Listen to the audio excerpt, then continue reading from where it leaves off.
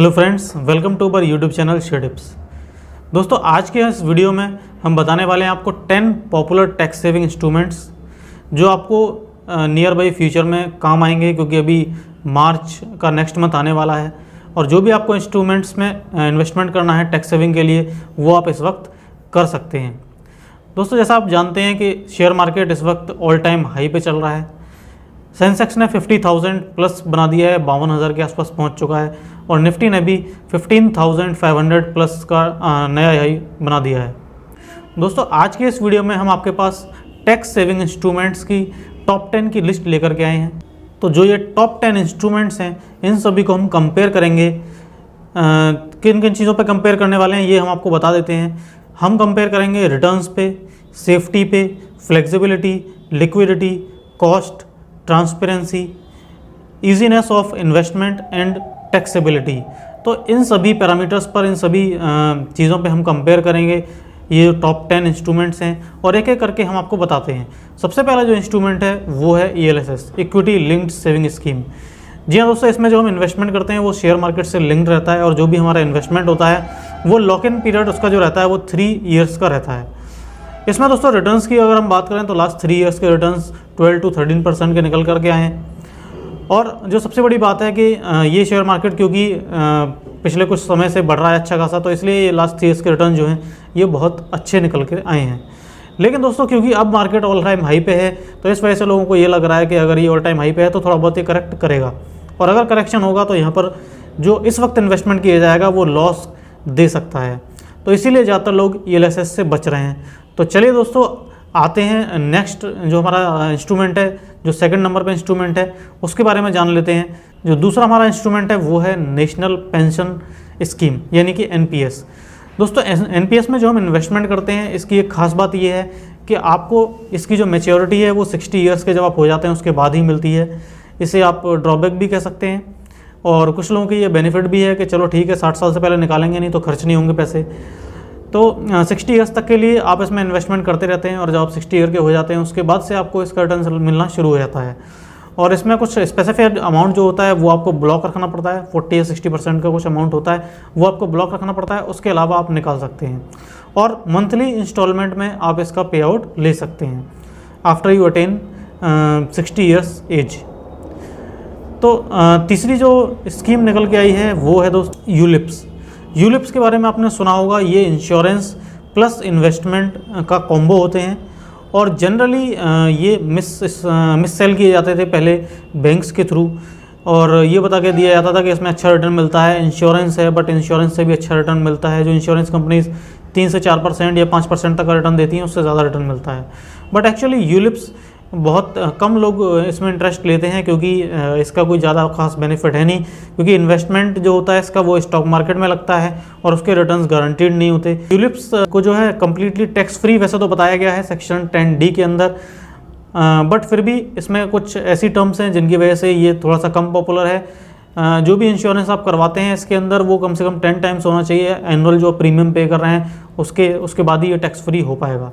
ULIPs generally लोग लेते नहीं हैं, और इसका एक मेन रीज़न ये भी है कि इसमें आपको फ्लेक्सिबिलिटी नहीं मिलती, क्योंकि आप अगर चाहें कि किसी एक कंपनी से दूसरी में स्विच कर लें तो आप स्विच नहीं कर सकते हैं, और इसका एक स्पेसिफाइड लॉक इन पीरियड होता है, तो इसीलिए लोग इसमें कम जाते हैं।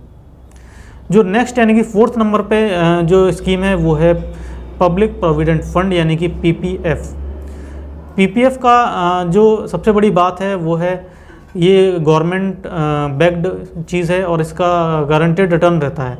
बट सबसे बड़ी बात इसमें ये है कि ये जो रिटर्न है ये फिक्स्ड नहीं रहता है, यानी गवर्नमेंट समय समय पे थोड़े थोड़े अंतराल पे इसमें चेंजेस लाती रहती है। जैसे कि कुछ दिन पहले तो आपने देखा होगा कि 9% और 9.5% तक के भी इंटरेस्ट रेट इसमें चलते थे, लेकिन अभी ये इंटरेस्ट रेट जो है वो काफ़ी कम हो गए हैं। तो इंटरेस्ट रेट जो भी आपको मिलेगा वो फिक्स नहीं रहेगा। एक और चीज़ इसके अंदर ये है कि लॉक इन जो है वो इसके अंदर 15 ईयर्स का होता है, यानी कि 15 साल तक आपको ये पैसे को हाथ नहीं लगाना है, उसको टच नहीं करना है। तो 15 ईयर्स के लिए आपका लॉक इन हो जाता है। नेक्स्ट जो है वो है 5th नंबर, यानी कि सीनियर सिटीजन सेविंग स्कीम। और इसका जो बेनिफिट है वो मेनली सीनियर सिटीजन्स को है, क्योंकि इसमें एक तो एक्स्ट्रा कुछ इंटरेस्ट रेट रहता है, कुछ बढ़ के इंटरेस्ट रेट रहता है। लेकिन उसका हम लोगों के लिए कोई काम है नहीं। जो लोग 60 से नीचे के हैं उनके लिए कोई इसका यूज़ है नहीं है। पर अगली जो चीज़ है वो है सुकन्या समृद्धि योजना। 6 नंबर जो है वो है सुकन्या समृद्धि योजना। 2 बेटियां अगर आपकी हैं तो आप इसमें इन्वेस्टमेंट कर सकते हैं, और वो इन्वेस्टमेंट जो है वो 1.5 लाख तक का इन्वेस्टमेंट आप इसके अंदर कर सकते हैं अगर आपकी 2 बेटियाँ हैं। इसके लिए कंडीशन और है, कंडीशन ये है कि आपकी जो बेटियों की जो एज है वो 10 ईयर्स से कम होनी चाहिए, और जो टोटल इन्वेस्टमेंट है वो आपका 1.5 लाख तक का ही टैक्स फ्री रहेगा। अब बात आती है इसकी लॉक इन पीरियड की। दोस्तों इसका लॉक इन पीरियड जो होता है वो जो आपका जो चिल्ड्रन है, चाइल्ड है, उसकी मैच्योरिटी तक रहता है। उसके बाद ही आप उसको यूज़ कर सकते हैं उसके एजुकेशन के लिए या उसकी मैरिज के लिए। दोस्तों नेक्स्ट जो चीज़ है जो कि मुझे लगता है कि सबसे ज़्यादा यूज़फुल है वो है NSC, क्योंकि इसकी सबसे अच्छी बात यह है कि इसका जो लॉक इन पीरियड है वो है ओनली 5 ईयर्स का, और NSC के अंदर जो इंटरेस्ट रेट है वो भी आपको लगभग 6.5-7% के बीच में 6.8% के आसपास आपको इंटरेस्ट रेट इसमें मिल जाता है। और NSC आप किसी भी पोस्ट ऑफिस से जा कर के परचेज़ कर सकते हैं, कितने भी अमाउंट का परचेज़ कर सकते हैं, बट ओनली 1.5 लाख तक का आपको टैक्स फ्री इसमें जो मिलेगा वो जो लिमिट है टैक्स फ्री की वो सिर्फ 1.5 लाख की है। और एक और एक्स्ट्रा चीज़ भी इसमें दे रखी है कि अगर मान लीजिए आपने 1.5 लाख की जगह आपने सिर्फ 1 लाख का इसमें इन्वेस्टमेंट किया है NSC के अंदर, और उस पर आपको जो इंटरेस्ट रेट आया मान लीजिए 6,800 रुपये आपको जो इंटरेस्ट बना इंटरेस्ट रेट के अकॉर्डिंग, तो वो भी नेक्स्ट ईयर के लिए आप उसमें टैक्स फ्री के लिए 80C में आप अप्लाई कर सकते हैं दोबारा से, जिससे कि आपको उसमें भी बेनिफिट हो जाएगा। तो वो आप अप्लाई कर सकते हैं डिडक्शन के लिए। NSCs को आपके आसपास जो भी पोस्ट ऑफिस हैं उनसे जाकर के उनकी ब्रांच में जाकर के आप इजीली परचेज़ कर सकते हैं। जिस अमाउंट का आप परचेज़ करना चाहें वो परचेज़ कर सकते हैं। दोस्तों नेक्स्ट जो टैक्स सेविंग इंस्ट्रूमेंट है वो है tax saving FDs। Tax saving FDs को आप इजीली अपने जो भी बैंक अकाउंट्स हैं उनमें ऑनलाइन नेट बैंकिंग के थ्रू भी ओपन कर सकते हैं। सबसे अच्छी बात इनमें फ्लेक्सिबिलिटी की है, यानी मान लीजिए आपको विदिन 7 डेज़ या विदिन 2 डेज़ ही अगर आपको कहीं इन्वेस्टमेंट करना है और बाकी आपके सारे जो इन्वेस्टमेंट हैं वो कंप्लीट हो चुके हैं, सिर्फ यही आपके पास ऑप्शन बचा हुआ है, तो आप जल्दी से ऑनलाइन आप नेट बैंकिंग ओपन कीजिए और वहीं से ही टैक्स सेविंग FD जिसमें कि 5 ईयर्स का लॉक इन होता है उसको आप ओपन कर सकते हैं। लेकिन इस पर जो इंटरेस्ट होती है वो टैक्सेबल होती है, यानी कि अगर आपका मान लीजिए 30% का टैक्स ब्रैकेट है और इंटरेस्ट रेट आपको मिल रहा है सपोज़ कीजिए 7% का, तो लगभग 7 के हिसाब से 2.1% तो आपका डिडक्ट हो जाएगा, यानी कि सिर्फ आपके पास 4.9% का ही नेट इंटरेस्ट रेट मिलेगा। तो ये इसकी बात है कि टैक्सेबल होती है, इस वजह से थोड़ा सा जो इसका नेट इंटरेस्ट रेट होता है वो कम हो जाता है। बट ओवरऑल देखा जाए तो फ्लेक्सिबिलिटी के हिसाब से टैक्स सेविंग FD भी आप किसी भी बैंक में आप करवा सकते हैं। जो इस लिस्ट के लास्ट में हमारे आता है वो है लाइफ इंश्योरेंस। जी हाँ दोस्तों, बहुत सारे लोग लाइफ इंश्योरेंस की पॉलिसीज़ लेते हैं। जनरली पॉलिसीज़ जो होते हैं एंडोमेंट प्लान होते हैं या फिर टर्म प्लान होते हैं। तो पहले के जो लोग थे वो मोस्टली एंडोमेंट प्लान लेते थे क्योंकि उस टाइम पे इंटरेस्ट रेट काफ़ी ठीक रहता था। बट अभी तो इंटरेस्ट रेट जो एंडोमेंट पॉलिसीज़ होती हैं इनकी 4 to 5% ही रहता है। बस इसमें यह है कि आपका जो लाइफ है वो इंश्योर्ड रहती है, बट उसका जो अमाउंट मिलता है वो मैच्योरिटी पे जो मिलता है वो इतना कम होता है कि आपको ज़्यादा फ़र्क उससे नहीं पड़ेगा।